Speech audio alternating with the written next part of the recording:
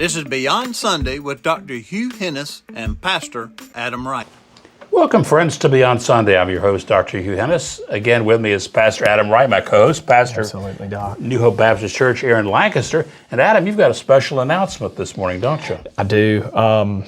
So I'm really excited about this. We have a treat for you, a very unique Beyond Sunday. It's actually a live service that we filmed about the crucifixion of Jesus. We're right here at Easter, and I think it's just going to go through the process that Jesus went through for us. All the misery. All the misery, everything he did. And why did he do it? John 3:16, for God so loved. And so what a wonderful way to experience the holiday of Easter and understand any time throughout the year exactly what God did. What a beautiful thing to think about. That's great. So just watch on. We're going to show you the film, and I think you'll enjoy it. I hope you get a lot out of it. Absolutely. Sounds great, Adam. So I want to begin tonight by going to the Gospel of John. If you want to go there with me. John 19. And not to preach first, Doc. But in John 19, this just meant a lot to me. When I was in high school, I was trying to figure out what all this was about and what Jesus was speaking to my heart through His Word. And so I remember opening my grandma's Bible, and it came to John 19. And I did that whole thing, where you take your thumbs and you say, Lord, tell me what you want to say, and you open your Bible, and it doesn't work, really. It's not a good idea. But I actually did that with this, and I found John 19. And the very first few verses there, I want to focus on those because it's going to get into some of the things that Doc is going to lead us through here in just a minute. But listen to what Jesus did for us. Remember, this is God in the flesh. Then Pilate took Jesus and flogged him. And the soldiers twisted together a crown of thorns and put it on his head and arrayed him in a purple robe. They came up to him saying, Hail, King of the Jews, and struck him with their hands. Pilate went out again and said to them, See, I am bringing him out to you, that you know that I find no guilt in him. I want to fast forward a little bit through the account there down to verse 16, and I'm going to pick up there and go through 19. So he delivered him over to them to be crucified. So they took Jesus, and he went out bearing his own cross to the place called the place of the skull, which in Aramaic is called Golgotha.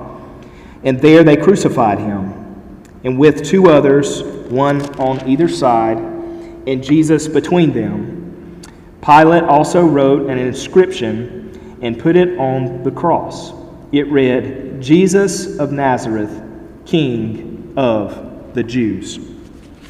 So this is kind of capturing the biblical account of what happened to Jesus and his crucifixion. And at this time, Doc is going to lead us through the medical portion. Okay.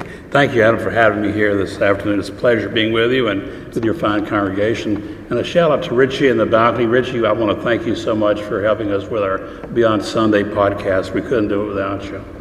Well, tonight I'd like to take a few minutes maybe to go over the mental and physical torture that Jesus suffered for us. He did all this and never sinned, never said a bad word the whole way through it, which is amazing in itself. Absolutely. By the time that Jesus was arrested in the Garden of Gethsemane, he'd probably been up about 24 hours. They arrested him around 6 a.m. in the morning. So he'd been up the last, actually 3 or 4 hours praying in the garden to his Father. In fact, it said he was praying with such anguish that he sweated blood. And this is actually a medical phenomenon. It can happen. What happens is it's called hematohidrosis. And when someone is on such extreme tension and pain, the blood vessels that serve the sweat glands can actually break down and bleed. So as a person sweats, you can actually get drops of blood mixed in with the sweat. Wow. So we know that at this point he was in an extreme amount of pressure and anguish.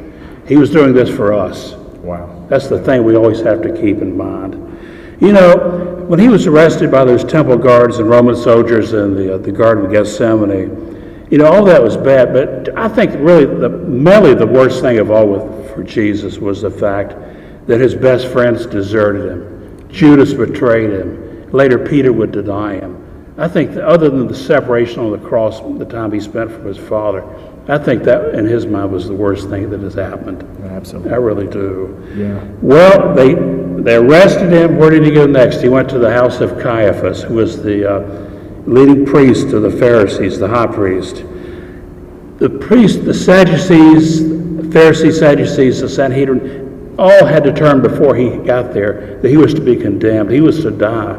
He was taking away their political prominence, their money, their audience. They were jealous of him. Yeah. So they determined he had to go. They couldn't tolerate it. Right. But they had to show some form of mock trial. Yeah. They rigged it, right? They rigged from the start. Yeah. So they had a bunch of false witnesses in there, and nobody could get their story straight. One person would say one thing, one person would say the other. And so Caiaphas, at this point, was getting really disgusted. So he turned to Jesus and he said, "Are you really the Messiah?" And Jesus stood there firmly and said, "I am." As you know, when somebody says "I am," that means they're God. "I am, and you will see me at the right hand of the Father." At that point, Caiaphas exploded, tore his clothing. The temple guards blindfolded him, slapped his face, beat him with their fist. They said, "Prophesy who hit you," since he had on a blindfold. Wow. Horrible treatment for anybody. It's terrible. Well, they wanted to kill him, but there was one little problem with that. They couldn't kill him because only in Rome, the Roman people, the governor of Judea and Samaria, could condemn someone to death. They couldn't just carry him out and kill him. They had to make it look official. So they carried him to Pontius Pilate, who was the guy in charge of his district. And they came up with all these crazy things. Well, he was causing riots in the countryside. He was causing folks not to want to pay their taxes. He was saying that he was king of the Jews. And, Pontius Pilate, I've got to give him credit. He was a smart man. He saw through this. But, he was under pressure from Rome because they had already talked to him about keeping the peace. And somebody had already turned him in, so he was really sweating bullets himself about keeping his job. So when he heard that he was actually from Galilee, he said, "Oh, now it's time to pass the torch. I'm going to send him over to Herod Antipas, who was in charge of Galilee at that time." So Herod had always wanted to meet him. Herod was the guy that put John the Baptist to death. And he always wanted to meet Jesus. He wanted him to see him do a miracle. Well, he says he's over there with Jesus, and Jesus refuses to answer his questions, so this really makes him mad. And he puts a robe on him and says, "Well, get back to the other guy, let him decide." But he did send him back with a verdict of not guilty. 3 times Pontius Pilate said this man is not guilty. At the time, all the people, the Pharisees, were saying, "Crucify him, crucify him." And the reason they wanted him crucified was they believed that anybody that was hung on a tree was cursed by God. So they wanted the Pharisees, the Sadducees, the Sanhedrin, they wanted the common people to see that Jesus is not the Messiah. He was just a common thief and a traitor, somebody not worth fooling with. So they kept saying, "Crucify him, crucify him." At Passover once a year, the Pontius Pilate, the Roman governor, would release a prisoner. He said, "What, you want me to release Jesus?" "No, crucify him." "Well, I'll flog him, and then I'll bring him back, and you can take him." "No, crucify him, kill him." So he said, "Well, I'm washing my hands of this. 3 times I found him not guilty. I wash my hands of the blood of this man. I'll crucify him." And they didn't just single Jesus out to flog him. The standard protocol for the Romans was to flog the people before they were crucified. And there were several reasons for that. A lot of times when they were flogged, they just died. They couldn't go any further. They were dead. And secondly, it would shorten the time that most people would stand on the cross and save the Roman soldiers time having to stand there watch them die. They said the average time was, depending on what happened, was around 3 hours to 3 days. Jesus was on the cross from 9 a.m. to 3 p.m. He was on the cross for 6 hours. So Pontius Pilate says, "Here, turn him over to the Roman soldiers." The Roman soldiers start to flog him. Can we see that next slide? Yeah, absolutely. This is slide 1. Yeah, Richie. Yeah. Here's Jesus, a representation of someone getting ready to be flogged. They tie him by the wrist, almost like a telephone pole, and they use this flagellum, they call it, that has a wooden handle. On the end of this thing, it has small metal balls, and I'll talk about that in a minute, and either pieces of lead or shards of glass or pieces of animal bone. This thing is razor sharp. Wow. And they have two Roman soldiers on either side, and they're taking turns. They go one at a time, down to the spine, down the spine, down the spine, up to 39 times is what normally they would do. Now, it depends on whether the guy had a fight with his wife the night before as to how much effort he put into this. But a lot of people at this point were bleeding profusely. They were losing massive amounts of blood. These metal balls, when they would strike the body, they would contuse the skin. If they hit just right, they could damage one of the internal organs, which would cause either further damage. So most people by this time are just about one step away from death. But they weren't satisfied with that. The Roman soldiers taunted him. They took him down. They carried him to their headquarters. And you know what they did there? They put a purple robe on him. As Adam said, they mocked him. Yeah. They pulled out his beard from the roots, profuse bleeding from that. They slapped him. They beat him with their fist. They took the crown of thorns. This morning you had a cross with a crown of thorns in it. Can you imagine how long those needles are? They just did stick the crown of thorns on his scalp. They forced it down. And anybody that knows anatomy knows the scalp is very vascular. So when these needles went in his scalp, he started bleeding just like a stuffed pig, as they would say. Yeah. So already his face is covered in blood. His back is completely torn, almost like filleted open like a fish. So the next thing is just at insult to injury after that. They make him carry his cross about a third of a mile from the Roman headquarters to Golgotha or Calvary.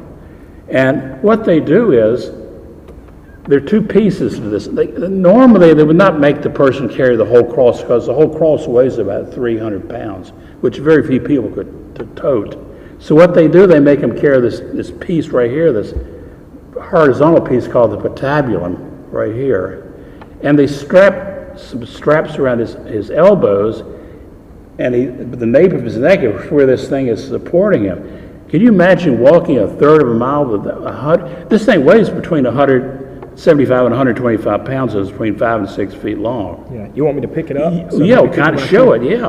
I can't pick it all the way up. Roger, we're only here. This is cut to scale of about 5'6" inches, 5 foot 6 inches long, and it's probably in that range, 75. Yeah. Now, can you imagine putting that behind your back and your arms? Your arms are actually supporting the weight of that. Your arms are having to force tension to keep this thing elevated. As opposed to when you brought this into your truck, you said you threw it over your shoulder. Yeah, and and balanced it, which would be a lot easier. Absolutely. Yeah. But these guys, the Romans, they were torturers. They wanted these guys to go as much in pain as they could. And they always carried the longest route, the longest route from where they were going. So all the people could see what was going on as a warning to others to not revolt against Rome. Now, when he gets finally, and he's bleeding profusely, he's now going into hypovolemic shock. Wow. Early heart failure. So, in addition, he's very dehydrated. And when you get dehydrated, you get dizzy. So, as in the Bible's recorded, he fell 3 times. At that point, Simon of Cyrene had to actually pick that piece up and carry it for him. It was all he could do to get there at the third of the mile. Can we go to the next slide? When he got there, the Roman soldiers they unhooked the board, the patabulum, this piece, and threw it on the ground. In addition, they threw him on the ground on top of the board. And if you remember, his back is open, flayed open with swords. Man. The dust, the splinters, and the dirt got in that. Wow. The next thing they did, 2 Roman soldiers the next thing is they actually stretched his arms out and took a 7-inch nail, this is a close approximation, almost like a spike, and drove it through his wrist. There are 8 wrist bones, and they drove it right through the center of this wrist bone. Sometimes it shows it's like it's drilled into his hand, but that wouldn't support the weight. The wrist bones will hold it. But unfortunately, as they're drilling it in there, they're destroying this median nerve. the median nervus controls the sensation and the motion of the hand. So at that point, he's lost sensation of his hand. Wow. And plus excruciating pain. Wow. Now, at this point, can we go to the next slide? They hoist him up. 2 Roman soldiers get on either side, and they hoist him up to the vertical portion called the stapes, I think it's called, stipes. Yeah. They hoist him up there. It's not reported in the Bible, but it's been reported through literature that sometimes as they're hoisting them up, one or both shoulders of the prisoner would be dislocated. Wow. So Jesus may have suffered this infliction on top of everything else. Wow. So he's up there, and now to add insult to injury, they take another one of these nails, and they drive it between the second and the third metatarsal. That's your foot. Right here, right dead center. And again, it hits a nerve. It hits a couple of nerves, the deep peroneal nerve and the medial plantar nerve, which control the motion of the foot and lower leg. And again, excruciating pain. So now he's got foot pain and his hands are excruciating pain, plus the weight of his body's pushing down. Wow. You know, and when he's up on the cross and he's looking out, what is he seeing? Well, down at the base of the cross, he's seeing some Roman soldiers gamble for his clothing. He looks over in another corner, there's Mary, his mother, and the women that followed him crying. The only disciple there is John, and he's there. The Pharisees walk by and they say, he saved others, but he couldn't save himself. And the common people say, call down Elijah to get you down. Call an angel to get you down. Mocking him. Mocking him. That reminds me of that song. He could have called 10,000 angels. Exactly. All the while having that power. Exactly. But holding it back. And never saying a bad word to anybody. Nothing. Never sinned. Yeah. That's the amazing part about it all. Absolutely. Can we go to the next slide? And as he's sitting up here, and this is true for all the prisoners, as he's up here on this cross, he's got to breathe. Well, as you know, when you breathe, you go inhale, exhale. Now, the inhalation is not hard, but to get rid of the air, to exhale, somebody in this condition, they have to push up with their feet and flex their elbows to raise their body to get rid of the air. Now, this is excruciating because now he's pushing down on that stab wound in his leg and having to push up on these nails through his hands, which every motion that he has, it just on a scale of 1 to 10, about a 20 off the scale. Wow. And you know, you've read the Bible, they didn't break his legs. The reason they would break the prisoner's legs was if they broke the legs, then they couldn't push up and exhale, so they would suffocate. And all the while he's trying to breathe, he's rubbing his poor back with open wounds against this rough, splintery thing, causing it to open up even more. Wow. Well, it's about 3 o'clock, and the Roman soldiers come by. The other two prisoners beside of him on either side, they broke their legs because they weren't dead. They didn't break Jesus' legs because he was dead. Now, people say, well, this bull about, well, he was only a swoon. He swooned, he didn't die. These Roman soldiers were trained. They knew when somebody was dead. They had enough practice. They knew what was going on. They didn't break his legs because he was already dead. Right. And one Roman soldier, just to make sure, can we go to the next slide? Just to make sure, rammed his spear up his side here. And if you read the Bible, it says when this happened, there was water and blood. And I think the reason for this is there's a small little bit of tissue here called the pericardium that surrounds the heart. And under stress, there can be fluid that will accumulate between this pericardial tissue and the heart. So when this spear comes in here, it first punctures this pericardial cavity, so you get clear fluid, like a Ceres fluid, which is the water, they say. And as it goes on in, it strikes the heart muscle and profuse blood comes out. So Jesus was dead. There was no doubt about the swoon theory. He was dead. Absolutely. And the whole reason he was up on the cross, Adam, was to save us from our sins. Amen. Amen. Absolutely. Doc, thank you. And another mentor and friend. Thank you. Thank you. You know, hopefully, as we reflect on all this, we're able to get just a little bit in our minds of the depth of God's love. Remember what we talked about this morning. But also what he did, what he went through because of that love. He didn't have to do this. No. He could have saved himself at any point. Yeah. But he chose to go through it. And I love one of the things you pointed out. He was praying for the people. He didn't say a bad word to anybody. He started praying, Father, forgive them. And he saved the guy next to him, too. Absolutely. It shows us that no time is too late. That's as right. Long as there's air in our lungs. No time to join a church or get baptized or any of that stuff. That's right. He said, today you will be with me. That's in right. paradise. Absolutely. Again, this is your show. We want your comments and ideas. Can you take just a second, Adam, and tell them how to get in touch with us? Sure, absolutely. So one of the things that you guys can do is email us. Email us all you want. So we love that. And you can email us at pastoradam@newhopesbc.net, pastoradam@newhopesbc.net, and comment. And subscribe if you like what you're seeing, and click that notification bell, and it'll send you our updates every time a video comes out. That'll help you and us both. Absolutely, it would help us, and let us know in the comments what you would like to hear about, or what we could do better on. Yeah. We'd like to know that, and one thing we really want to know is if you accepted Jesus Christ. We want to know about that so we can do whatever we can to support you. Exactly. We've got these Bibles here. We want to send them out. One of those Absolutely. So we've got this here. We'd love to get one of these in your hands if you don't have access to a Bible, or you would just like one of these. The thing that's really cool about this is it highlights verses that would be really great for a new believer. And so we'd like to get this in your hands. And if you become a believer and you would like a copy of this, we'll send it to you free of charge, postage on us. Great. Yeah, and no financial burden on you at all. We just want to know, we want to help. So if you would send us an email, you can post in the comment, and then if you don't want to post any personal information there, send us an email and we can get it to you. So and we won't bug you. We won't, No, yeah. If you can send us and say, hey, I want the free book, but never call me again. Yeah. And we're okay with That's that. fine. Yeah, that's fine. Yeah. So we're okay with that. Yeah. We just want to help. We have thick skin. Yeah, that's right. We got thick skin. A great show, complicated show, but a great show. Absolutely. Thank you. Love it. Thank Enjoy it.